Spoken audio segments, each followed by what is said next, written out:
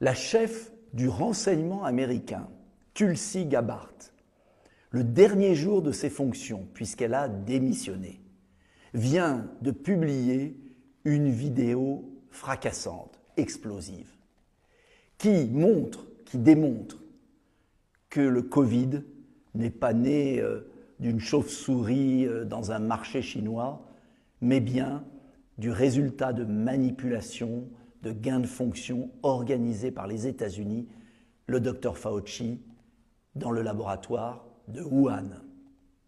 C'est une révélation explosive qui se fonde sur un rapport de centaines de pages. Et Tulsi Gabbard,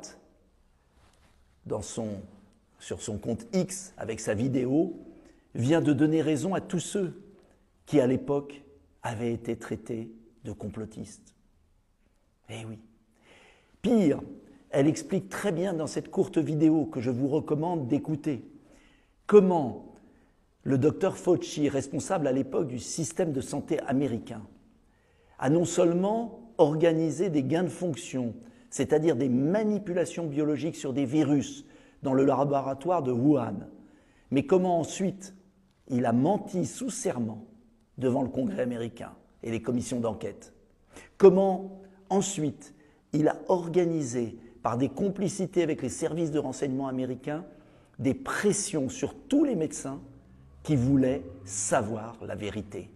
Comment il a organisé, avec l'aide des principaux responsables des réseaux sociaux, la censure des réseaux sociaux pour des personnalités des plus éminentes, des plus grands médecins du monde, comme le professeur Montagnier, par exemple, prix Nobel, qui bien sûr avait compris que le virus du Covid était d'origine humaine et était le source de manipulation biologique.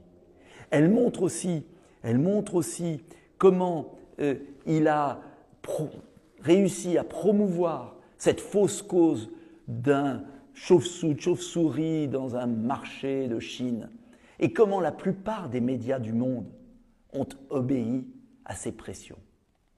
Je remercie cette femme courageuse qui enfin révèle la vérité et qui prouve que notre combat était juste pour faire savoir aux Français quelle était la vérité sur le Covid. Alors on en saura encore plus, parce qu'elle explique très bien d'ailleurs comment le docteur Fauci travaillait avec les laboratoires pharmaceutiques. On en saura plus encore bientôt. Mais cela prouve une chose, c'est qu'aux États-Unis, il y a des commissions d'enquête, il y a des hautes autorités qui disent la vérité, alors qu'en France, sous Emmanuel Macron, le règne du mensonge permanent demeure. À nous de défendre la vérité et la transparence.